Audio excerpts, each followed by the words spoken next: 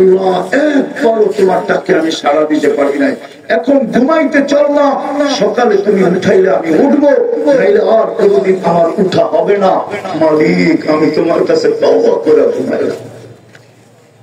এই উম্মত যদি তওবা করে ঘুমাইলাম, শেষ জায়গা চলে আসছি, আমরা যেরকম কোয়ালিটি ছাড়া কিছু কিনি না, হাত দিয়ে টিপা টিপা দেখা কিনি, আল্লাহ আমাদের ভিতরে কোয়ালিটি দেখা কিনবে।